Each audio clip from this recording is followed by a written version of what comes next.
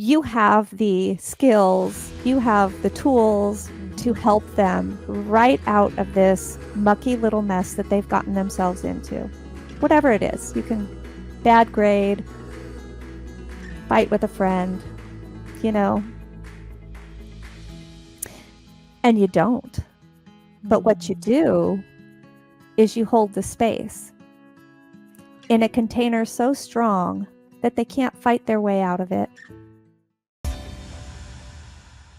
Hello and welcome to the Business of Happiness podcast. I'm your host, Dr. Tarryn MacCarthy, and today is going to be such a great day. I am so excited to welcome our guest today, Catherine Schweikert. And the reason why I'm so excited to bring her to you today is because of a new book that she is releasing imminently. By the way, you're some of the first to hear about this, called The Compassion Remedy. Oh, doesn't that just feel so good to hear? The Compassion Remedy: How to Leverage the Psychophysiological Benefits of Compassion to Beat Burnout, Renew Relationships, and Enjoy Greater Well-Being. Please join me in welcoming Catherine. Hello, how are you? Hello. Well, thank you so much. I'm so happy to be here. I'm good. I'm so excited because when you and I first met and you were telling me about your book, I was just absolutely so excited for this to be brought out into the world, to be birthed into the world, and so excited to get my hands on my own copy. I'd love for you to tell us a little bit about your journey and how you came to write The Compassion Remedy.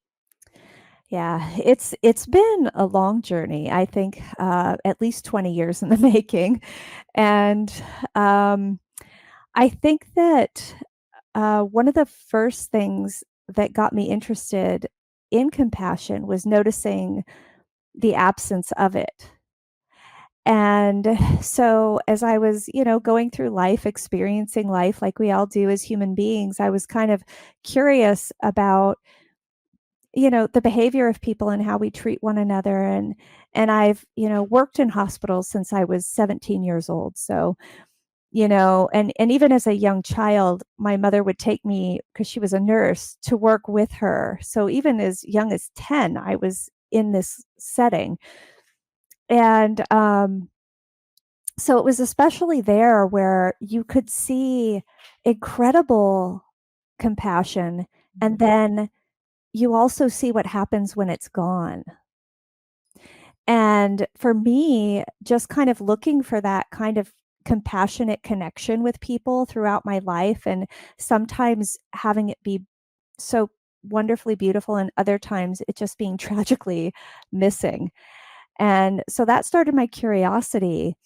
And also, I think that we're wired for it. So I think like there's a psychobiological kind of drive in all of us, but for me it was pretty intense. So I knew I had to follow it. And and working in medicine for 22 years now, it's been incredibly rewarding, and ultimately I found that compassion was the thing that made it sustainable. And that's the magic that I read in your subtitle, is that compassion is the cure for things like burnout. It is 100%. I'd love for you to 100%. expand on that a little bit for us, please. I would love to. One of the things that I'll start with, like, a peeve. One of my peeves is this term compassion burnout. Yes, I was gonna get to And that. yes. Sorry. I can wait. Compassion fatigue. No, Yeah, please. okay. Absolutely. All I right. would love to hear your perspective on compassion fatigue, because I think we hear that a lot from Yes. burnt out, overwhelmed, exhausted, overworked healthcare providers in Yes. all components of healthcare, where there Right. is this sense of, and this buzzword, compassion fatigue. Yeah. Yeah, compassion fatigue, compassion burnout. And again, I'm a psychophysiologist by training, and by studying, and it's what my PhD is in applied psychophysiology. And so I like to dive into, and my dissertation is about how compassion affects us physiologically and how the absence affects us as well. And so I looked into like the neurobiology of compassion. And then, so we're looking at compassion, and the reward centers light up in our brains when we are in a compassionate state. Oh, that's so exciting. Isn't it? Dopamine. You get a double hit of dopamine when you're in a compassionate state, because there are some qualities of compassion. And so there's a couple of qualities, like when you start to formulate a plan to help someone who's suffering, right? You get a hit of dopamine, which is so Wow. cool. And then when you actually execute your plan, you get another hit of dopamine, as well as some oxytocin, which is that connection, that bonding hormone, right?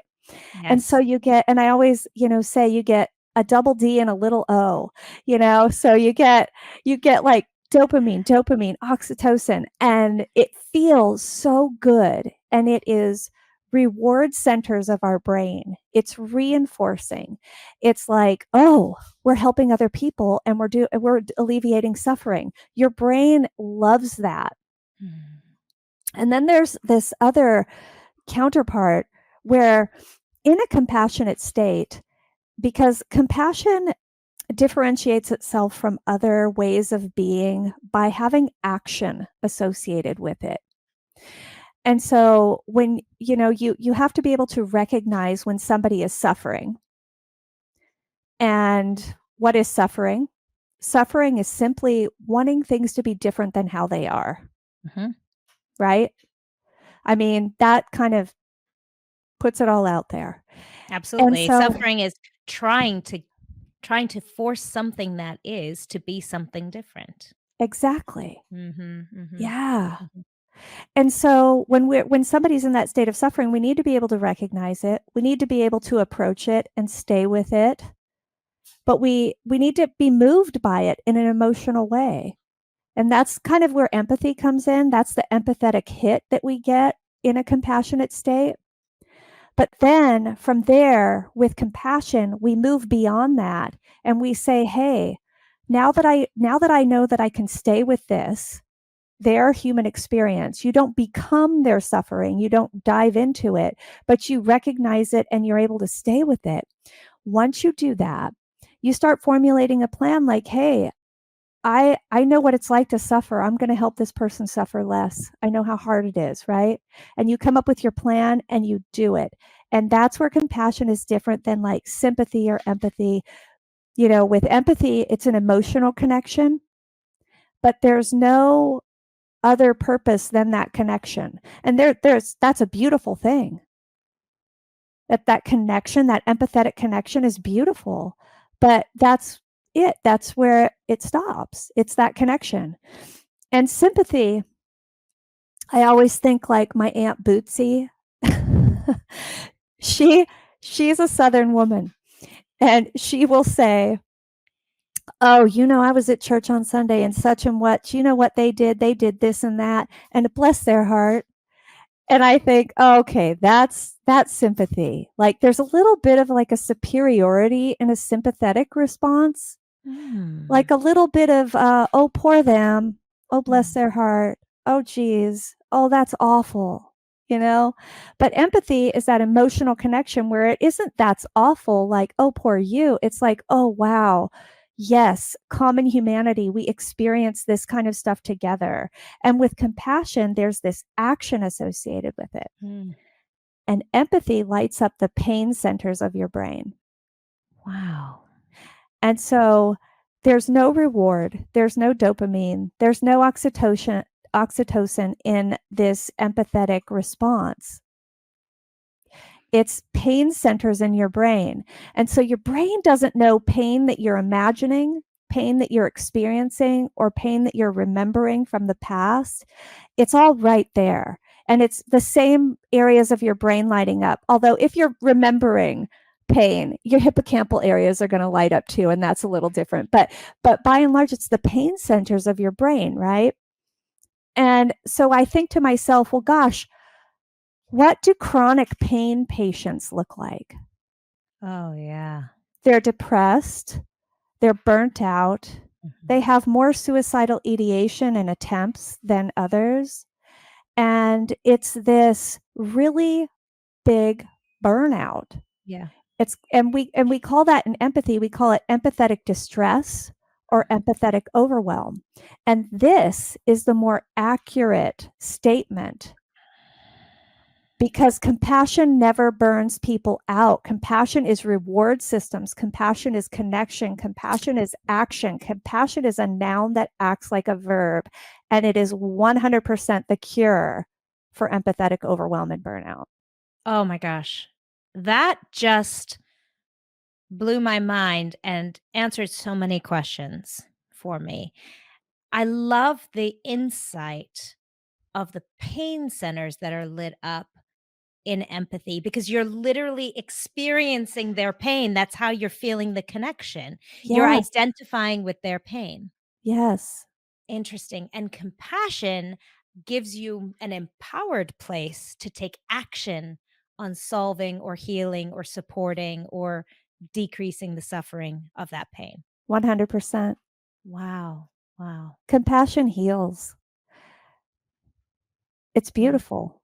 mm, It's beautiful. And it acts in your brain, it acts in your immune system, it helps your heart. I mm, mean, compassion is a full-bodied experience. mm. So when people say they're experiencing compassion fatigue, Yeah, and what I hear you say, Catherine, is that maybe they're experiencing more of an empathetic distress or an empathetic fatigue. absolutely. Could there be another explanation for that compassion fatigue? I mean, could they just be exhausted? Yeah, yeah, they can be. They Yeah, absolutely could be. because Yeah, of the second part of it is the taking action on. I'm thinking the same thing with people who are depressed, who just feel completely deflated, helpless, hopeless, like they don't have the ability to take action.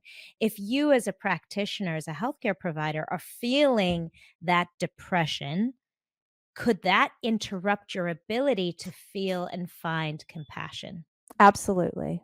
Mhm, Absolutely, and you wanna know what happens then, is that you have to start going inward to have some self-compassion mhm, and understand where you are and be able to say, "Hey, right now, I'm not the person to do that." But what's so beautiful is when you have enough self-compassion to sit down and rest, you give somebody else the opportunity to rise up. And that to me is everything because I know a lot of us, especially in healthcare, we think we're the only ones that can do it. And I mean, it's a little egomaniacal in a way. And I can say that because I'm in it, you know? So, and it's a little, there's a lot of hubris in there thinking that we are the only ones that can do it. And if I don't show up, nobody will. mhm, And, but the truth is that humanity is waiting for opportunities to show up in a meaningful, beautiful, compassionate way. And sometimes, if the exhausted people sit down and rest, it allows for this rising up of the people who have been in awe watching those compassionate people do their thing and help and heal and create this beauty. It allows them the opportunity then to come up and do it as well, mm. So cool. So right? cool. And then the other part of that is by having self-compassion, you're healing yourself as well. Absolutely, absolutely. And I know a lot of people think you have to be self-compassionate before you can be compassionate with other people, like how people say you have to love yourself before you can love other people. Mm, I'm not so sure I agree with that, and I have no scientific evidence to back this up. I'm just gonna say it. But I have seen truly compassionate people have very low levels of self-compassion. mm, And so I want to let people off the hook and let them know that yes, you can be a compassionate person for other people. Learn that first and then learn how to be compassionate for yourself. because I think that sometimes we put so much pressure on ourselves thinking that we can't be this unless we're already that. Mm. And that's just, I think that that just doesn't sound true to me, Mm. because I think we all have, like, when people invite me to do things and speak and talk and teach and whatever, the first thing I tell people is I'm not coming here to teach you how to be compassionate. I'm coming here to help you uncover your true nature of compassion Mm. and give you reasons why it's necessary and imperative. Mm. Because it's already an innate quality. It is. Mm. It's reinforced by our biology. Especially when there's oxytocin involved. I mean, that's the Hello. social building chemical. That's the neurochemical that wants us to stay in community. Yes, Mm. absolutely, 100%. Mm. Mm. Yeah. Yeah, and I love it because, one of my favorite things, um, to talk about with compassion is, besides the compassion burnout thing, because boy, that just gets me. But but one of my favorite things is to talk about, giving the grace of imperfection. Yeah. Yeah. The grace of imperfection. You allow people to be imperfect, and you allow yourself to be imperfect. And that is really a really nice starting place to learn a compassionate practice. Is, oftentimes we just put ourselves on the spit, and we rotate over the fire and we just, cook ourselves senseless. And allowing ourselves the grace to be imperfect and allowing that for other people is foundational for compassion. Absolutely. One of the Yeah. things that keeps coming up for me as you're Mhm. talking about it is the limitation of self-judgment on Mhm. self-compassion, whether it's imperfection Mhm. or, concern for not being good enough, or do I have to Oh, be compassionate here or compassionate there? Can I be it's that lens of self-judgment that right. actually is the stalwart Mhm. against self-compassion. Yes. Yes. It's really interesting because I work with a lot of different populations. And so I'll work with college students, um, undergraduate college students. I work with cardiology residents in hospitals. I work with leadership in hospitals. I work with abused and battered women. And I recently did a talk with sex trafficked survivors about compassion and how it is one of the main tools to alleviate the suffering that they've experienced. Because I, you know, I don't want to imagine the suffering that a lot of human beings have been through in their lifetime.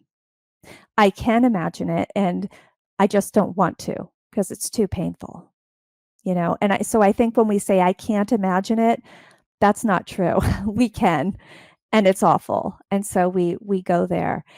But having the ability to be with ourselves in a gentle and kind way is a lifetime practice. It isn't something that you wake up one morning and say, "Hey, I'm going to be kind to myself for the rest of my life, and I'm never, never, never going to be, giving myself a hard time or giving them a hard time." Or, this is truly a lifetime practice, um, and I struggle with it myself constantly. And if and the true test of my compassion is, ask my husband how compassionate I was with him when he left his socks on the floor, Not very compassionate. I'll just clue you in. but that's like a 5-pound weight. But then we have these 100-pound weights that we need to lift in this lifetime. And it can be really difficult to show compassion with people who challenge us in ways that we don't like being challenged. And this brings up this concept with compassion of common humanity. Mm-hmm. And so we all want to be happy, healthy, safe, and free. Mm-hmm. And we want everyone we love to be happy, healthy, safe, and free, right? Absolutely. So we all have that same root, but the flowers look different because what brings me joy or what I define as healthy or happy or safe means something completely different than it would for somebody else. Mm-hmm. So, what happens when somebody else's definition of safety, happiness, health, and what And happens, freedom. and freedom? What happens when that's in direct opposition to what my definition of it is? How do we maintain our compassion then? Mm-hmm. Right? Hey guys, I'm interrupting your podcast episode to let you know about an incredible new program that I'm launching in January of 2023. It is specifically for practitioners in medicine and dentistry to help you rediscover happiness and inner fulfillment within your profession and your life. I remember what it was like for me when years ago I was so depressed and anxious and feeling like I had created and built a treadmill I just couldn't get off of, pushing through every day and wishing my life away.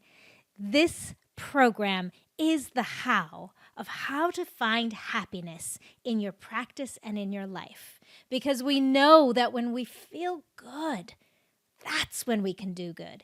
Check out thebizofhappiness.com/radical happiness or click the link in the show notes. I cannot wait to see you there. And so this is when this like superpower of holding opposites comes into play with compassion. Beautiful. Yeah. And in Buddhist traditions, they call it equanimity, which I love that word, equanimity. Holding all things equal. If you buy a new car, it's the same thing as buying a used car. It's a new car, right? That's very simplistic. But like my 100-pound weight of practicing equanimity was when my mother passed away. And then I would think she was 52 years old, she was so young. This is tragic. This is awful. But my mother, in and of herself, she trained me in equanimity because she was such a beautiful person. She loved people to the marrow. She was so passionate. When you got a hug from my mother, you felt it to your bones. And she was a hot mess. She drank, she smoked, she put to jail, she was, arrested for drunk driving. These two things were always her. Could I love her when she was doing both? Beautiful. Could I love her when she was getting arrested on the side of the road and I had to take care of my little sisters? Could I love her when she was so beautiful and so loving? I mean, she would just look at you and you felt the love. It was insane. So to have these two completely opposite bits come together in one human being, I thought, wow, if I can love her at both times, I'm doing all right. Here's the deal. We're all like my mother. It just shows up differently. We have the same roots, different flowers, right? We all hold these opposites within us. And when we can recognize that in ourselves, when we can accept our light and our dark, we can also accept others' light and dark. Yeah. And That's so beautiful. that equanimity and that holding opposites and that common humanity help us to cultivate our compassionate practices. Wow. Even when it feels hard or impossible. Yeah. Even when it feels impossible. Mm, Even when you look at somebody and they're in direct opposition to your safety, mm, freedom, happiness, health, mm, right? mm, Direct opposition, you can still, I mean, you don't have to agree with them. You don't have to take on their truth. mm. That's crazy. Why would you want to do that? That's their truth, not yours. But what you can do is you can say, just like me. I was just gonna quote Pema Chodron talks Yep, about this. Her just like compassion me. project is by saying, "Just like me." I know, I was thinking about that the other day. I was flying, Catherine, and there was a baby screaming behind me, and it wasn't the screaming baby that was activating me, it was the mom getting so irritated and agitated with her child, with this little, Oh, and she was being right, insistent and angry and demanding of a child that couldn't possibly understand, couldn't possibly right, follow directions, right, and I caught myself in that moment judging her as a mom, and in right. that moment, those words came to me, "Just like me," and I thought, "Oh, Mhm. I've been there. I know what it's Yeah. like to feel the shame or the Oh, embarrassment or the yes. fear of how other Oh, people are judging you as a young yes. new mom." Yeah. Oh, it's awful, isn't it? Isn't it awful? And, immediately I was able to find that compassion just You in that practice of recognizing that common humanity. yeah. Mm. Yes. Yes, and it's true for every single human being, and it's so funny because Pema Chandra, she's the one, but I have a quote of hers, like, "Everybody likes something, even if it's just tortillas." Right? So, if you Yes. have trouble, because she was working in jails Yes. and working with, like, people who did some pretty heinous stuff. And she said that that's where she went back to. Like, "Hey, that person really likes tortillas, and I'm gonna connect with that. Mm, I'm gonna connect." Sometimes we have to find our lowest common denominator of connection, and that's fine mm, because it's still something to work with. Everything is workable, mm, but it takes effort. And you know, people often place compassion in this kind of soft, flowery, yay, kumbaya kind of place. And compassion can be fierce and strong. And in fact, it is all of those things. Compassion holds opposites in and of itself. It is both strong and soft, fierce and comforting. So give us an example of fierce compassion. Oh, I love it. So, one of my I always use this example. I'm like, if you see a kid running into the street and a car starts coming at them, are you gonna say, "Oh, honey, could you just come back to the side of the curb for me because that car's coming and it might hurt you?" No.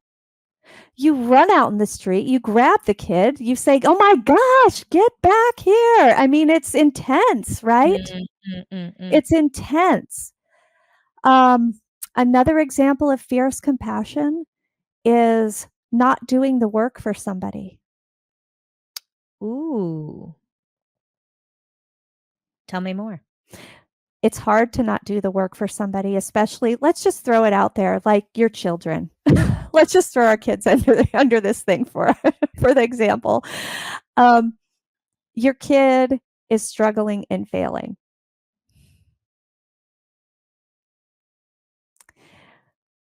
You have the skills, you have the tools to Mhm. help them right out of this mucky little mess that they've gotten themselves into. Whatever it is, you can, bad grade, fight with a friend, you know, and you don't. But what you Mm, do is you hold the space in a container so strong that they can't fight their way out of it, that they are placed in a position to do the work fix the situation, heal the situation, do the work to build their own inner strength. So it takes your strength to build their strength, your restraint to build their strength. And that is a supremely compassionate move. Yeah. And it's also pretty fierce. Very fierce. Very Yeah. intense.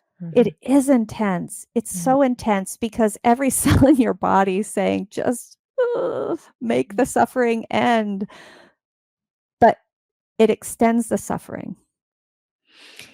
It also requires a ton of self-compassion. Yes, it does. And so we come again to that interesting intersection of compassion and self-compassion Yes. and the power of them when they're combined together. And I hear what you say is that we don't have to have self-compassion in order to express and act and behave and action upon compassion. But Right. it feels to me like there's so much more power when you do. There is. Mm, Yes, there is. And that's part of the practice is learning that dance between self-compassion, compassion for others, being able to hold that empathetic hit just long enough to be motivated to alleviate suffering and then let it go. Letting go is a powerful, compassionate response to things. Oh, what a big compassion practice, surrendering and letting go. Yeah, Mhm. absolutely. Absolutely. Yeah. Yeah. And this is, I mean, I know that every single day I have a multitude of opportunities to switch myself from autopilot and judgment to compassion, self-compassion, and intentional life. And it takes practice. It really does. And it takes intention. Um, and it takes, finding places where, like, I always tell people, start with your 5-pound weights. Mm. Start with your 5-pound weights. Just, maybe instead of squishing the spider, you carry it outside. Right? There it is. There's one. Maybe not every spider, maybe every third spider is all you can do. Or maybe you have to call somebody else to get the spider, and that's fine too, because, you know, calling in reinforcements can be both self-compassion and compassion for others at the same time, and allowing somebody to rise up. Where does compassion fall in healing relationships where you feel like you've been done wrong, where you've been Oh, wronged, where you've been right. the victim of something? Well, the victim of something can be, that's a very big statement. So we'll say just we'll start with the victim of betrayal. How's that? That sounds great. Either, yeah, we'll start with that. So, like, I think in any relationship with another human being, we always have to remind ourselves that every single relationship has at least two people in it, Mhm. but it's usually more like 10 or 12, with two people here thinking they're the only ones in the relationship, but then here's everybody else. Right? Absolutely. Mhm. Okay. So when we've been wronged, it's important to understand our own hurt and feelings and where they come from. Self-compassion. Yep. And say somebody has lied to you and you're very upset about that betrayal, that lie. And when you sit with that, honoring the fact that this would hurt anyone. Mm. And I'm not, and it's often important to remind ourselves that we are not the only person in the world that this has happened to. Common humanity. Common humanity. And then understand that the person who lied to you, have you ever lied to anyone in your life? There we go, more common humanity. Mhm. Have you ever? And if so, why? Mm. We lie for lots of reasons. We lie because we're afraid, usually. We're afraid of being judged. We're afraid of being hurt. We're afraid of hurting others. There are so many reasons why people lie. So, in order to hold that other person in a place where, and I'm not saying that you have to, you know, forgive them or whatever at this point, because Mhm. it's important to feel your feelings. And that's a gift to yourself, is to feel the actual feeling of what that lie made you feel like, Mm. and understanding that when you lie to people, you do it for reasons. When they lied to you, they did it for reasons, and their reasons are, varied and vast, and they also don't matter. Mm. What matters is what you do with it. Mm. And you can either connect with the fact that, yes, I've lied too, and I'm really hurt that they did that to me. And when you're ready, let them off the spit and figure out what you're going to do with that person who has lied to you. Mm. And you do it from a place of knowing that they did something that we all do at some point, and be able to hold that with the same reverence of all the times they told you the truth. And you kind of look at it like, yeah, they're human. Mm. They screwed up. You allow them to be imperfect. Mm. You give them the space and grace to have that error in judgment. Because most of the time people can handle the truth. Mm. It's sometimes that we can't handle that they can handle the truth. Absolutely, absolutely. Right? Yeah, yeah, that's really interesting, Did and that answer your it the did, it answered Yeah, it okay. beautifully, and I Okay, think good. that the judgment piece comes back in again, Yeah. the judgment piece not only of others, because all judgment is self-judgment, Right. and so it really does shine that light back on again about where am I willing to be? Am I willing to live in the compassion, or am I willing to live in the judgment?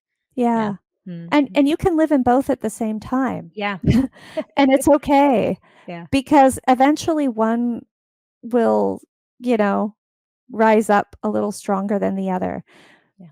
But it takes time. Yeah. Be Oh. patient. Oh, so beautiful. I could talk about all kinds of scenarios for hours and hours and hours, but I'm so excited to read your book and to discover all the answers for myself. And I just want to repeat again, it's the Compassion Remedy: How to Mhm. Leverage Psychophysiological Benefits of Compassion to Beat Burnout, to renew relationships, and to enjoy greater well being. I love it. I'm so excited. Thank you. When will this book be ready for us to start engrossing Well, ourselves in? you can pre-order it on May 16th. Amazing. Uh-huh. And then it should be out sometime in June this summer. Yes. Yeah. Fabulous. So we'll Yeah. All definitely things I going well. I know, that's so exciting, so exciting, Yeah. and so we'll definitely leave a link to order the book, to pre-order the book, and then to order the book in the show notes. But for those of my listeners who are listening while they're driving and they're not pulling over to read the show notes, how can we find you online? Yes. Okay. So you can find me at pragmaticcompassion.org. Great. That's one way. And you can find me through World Changers Media, which is the website of my publisher. And they have links to the books and all of the other wonderful books that they publish. I'm in love with a lot of the ones that they've been publishing, but yeah. And so those are the two best ones to get to me. And you can email me through pragmaticcompassion.org. Mm-hmm. Very cool, very Yeah. cool, and before we leave here today, I wanna just, uh allow our listeners to know that you're also constantly speaking all over the place. You I have am. phenomenal speaking engagements that are coming up, but if anybody wants to maybe engage with you to find out if you could speak at their event, how can they get in touch with you? Yeah, that absolutely. Through pragmaticcompassion.org. I Cool. think that would be the best one to use at this point. And yeah, we're doing a little updating on the website to include the book on the website, but that's the best way to catch me right now. Yeah. Fabulous, fabulous. I just Yeah. want to say thank you for all that you're doing, Catherine. Thank you for Thank you. bringing this important work into the world and for sharing your perspective and your insight and your expertise. It's so enormously valuable. Well, I appreciate that. You're welcome, and thank you for what you're doing. I really appreciate it, and it just it gives me such hope. I feel like we're all rising up and doing better, and just I love it. Oh, it's so powerful, isn't it? It It is it is. is so exciting. Before you leave us today, I'd love Mhm. to ask you the question that I ask of all my guests. Catherine, what is your definition of happiness? Oh. Hmm. I think my definition of happiness would be just oh, God, that's such a great question. Just to know that everything's gonna be okay, Mm. you know? Just to know that it's like the people that I love are happy, healthy, free, and safe. And myself included, Mm, mm, right? mm. Happiness. Yeah, that's beautiful. Thank you so much, my friend. Thank Thank you. you. And thank you to all of you for joining us here today. Definitely check out The Compassion Remedy. I cannot wait for you all to read this book, and I cannot wait to read it myself. And maybe we'll even do a book club assessment of this book going forward. But I hope you enjoyed this episode here Thank today you. with Catherine Schweikert. And remember, when you feel good, that's when you can do good. Bye bye.